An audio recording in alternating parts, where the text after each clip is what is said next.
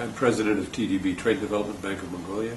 I came here at the end of 2004, so now almost 8 years in October it'll be, to participate in a program that the previous owners of the bank had to modernize the bank after it was privatized in 2002.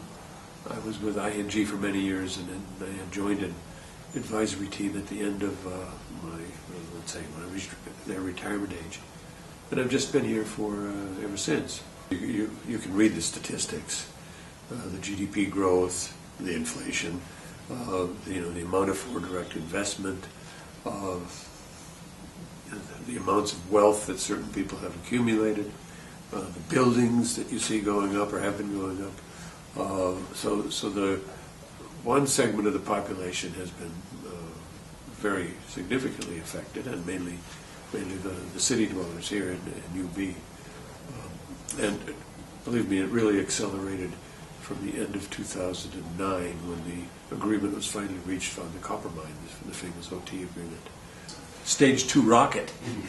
Stage 1 has been the FDI to get the mine going. Stage 2 is starting to export into the global economy, i.e. right next door most likely, although it's a fungible good. There's a lot of, China has two economies. It has its export-driven economy, and that's affected by the problems in Europe and to a certain extent the slow growth in the United States, where the consumer goods markets are down. But on the other hand, China has a growing domestic economy, and their commitments to develop housing, roads, production of automobiles for domestic use and the like will continue to require massive quantities of imported iron and coking coal to feed the steel mills, and the copper to feed the construction industry and all the electrical and cars and the like. So to that extent, Mongolia's dependency is on China, which is in the global economy but has a massive and a growing domestic economy.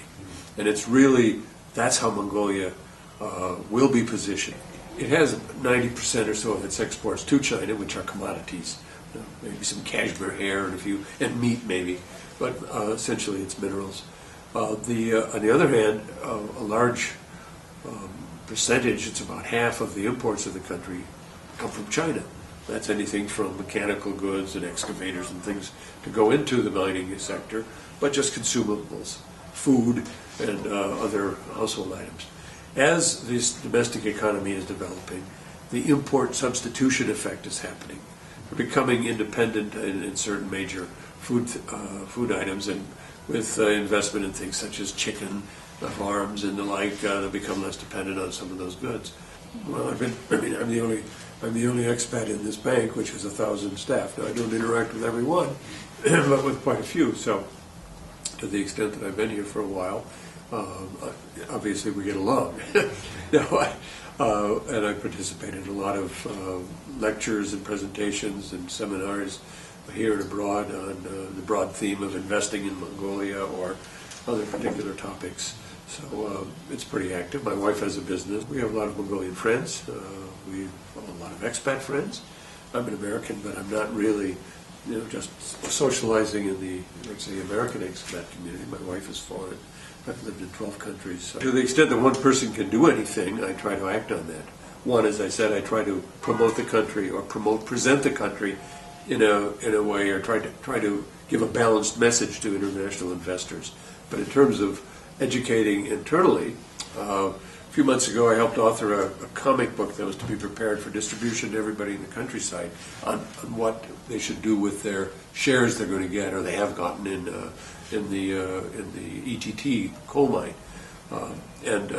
We're launching Bloomberg TV Mongolia, where TDB has effectively hired Bloomberg to run a television station, producing their news in Mongolian, on Mongolian themes and international themes, to help raise the level of understanding and perhaps sophistication for what will become more investors as the capital markets here develop. I'm volunteering to teach students at a school now this summer, 2 courses on international finance and banking, things I should know, so why not? Why not try to help people understand this as they may enter into these fields here. I mean, I'm not a young man in terms of my career, and you always want to give back something, and you give back to the community.